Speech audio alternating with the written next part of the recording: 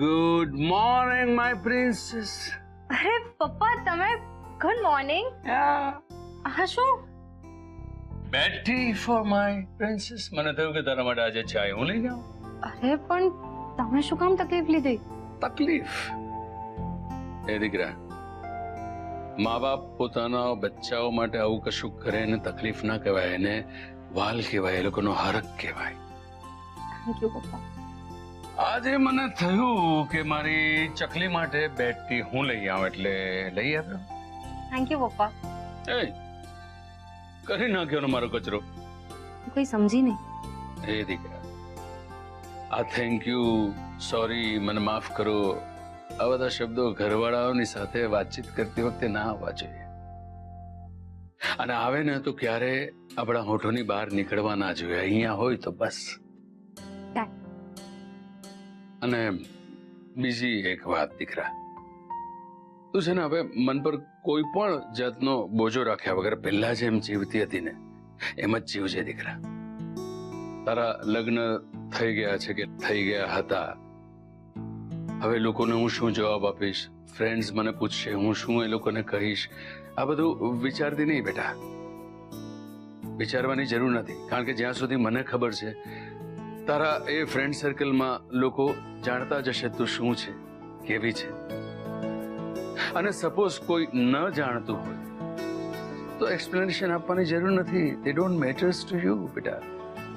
ફ્રેન્ડશિપમાં કોઈ પણ પ્રકારના એક્સપ્લેનેશન આપવા પડે કે જવાબો આપવા પડે એ ફ્રેન્ડશિપ જ નકામી બેટા. યુ આર રાઈટ પપ્પા.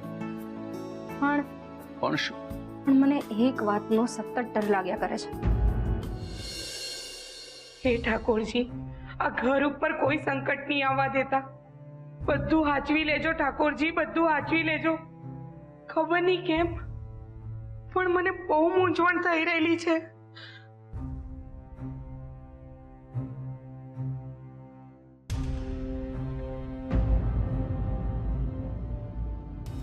શું વાત છે સવિતા?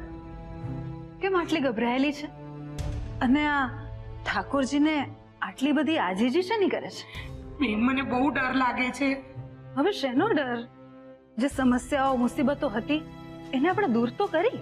હા બેન, પણ હજુ એક સંકટ એમનું એમ જ છે. કયું સંકટ?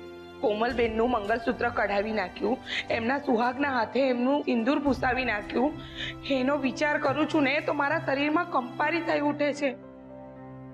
મોટી બેન, આપણા કોમલબેન સાથે કઈ અમંગળ તો નહીં થાય ને? સવિતા, તું કયા જમાનામાં જીવે છે? આ 21મી સદીમાં પણ તું આ મંગળ ને સિંદૂર ને મંગળસૂત્ર ને આવા બધા વિચારો કર્યા કરે છે? બેન, તમે ગમે તે કહો, સદી બદલાવાથી કઈ સત્ય નહીં બદલાઈ જાય. અચ્છા, અને શું છે સત્ય? બેન, સત્ય એ છે કે સિંદૂર ભૂસી નાખવાથી, મંગળસૂત્ર કાઢી નાખવાથી કોમલબેન પાછા કુંવારા નહીં થઈ જાય અને પેલો મિહિર એમના પતિમાંથી એમનો મિત્ર નહીં બની જાય. એટલે સત્ય એ જ છે કે એ લોકોના લગ્ન થઈ ગયા છે ને એ લોકો પતિ પત્ની છે. કયા લગ્ન સવિતા? તે જોયા છે આ લગ્ન?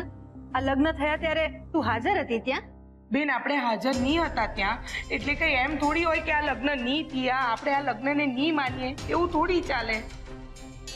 ચલ, માન્યું કે લગ્ન થઈ ગયા છે, પણ સામે પાત્ર કોણ છે, કેવું છે એ પણ તો આપણે જાણી ગયા છીએ.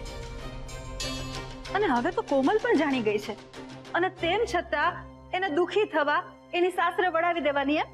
પછી કોમલનું જે થવાનું એ થાય એમ? એમ નહીં બેન. એમ નહીં તો કેમ સવિતા? સમજાવ મને. આપણી અને આપણા સમાજની આજ તો તકલીફ છે કે એકવાર લગ્ન થઈ ગયા, દીકરીને આપણે સાસરે વળાવી દીધી એટલે એ દીકરીને પોતાની મા બાપની દીકરી બનવાનો ફરી હક જ નથી. અને પાછા આપણા સમાજમાં આ લગ્ન ફોક કરવાના પણ કેટલા જુદા જુદા કાટલા છે.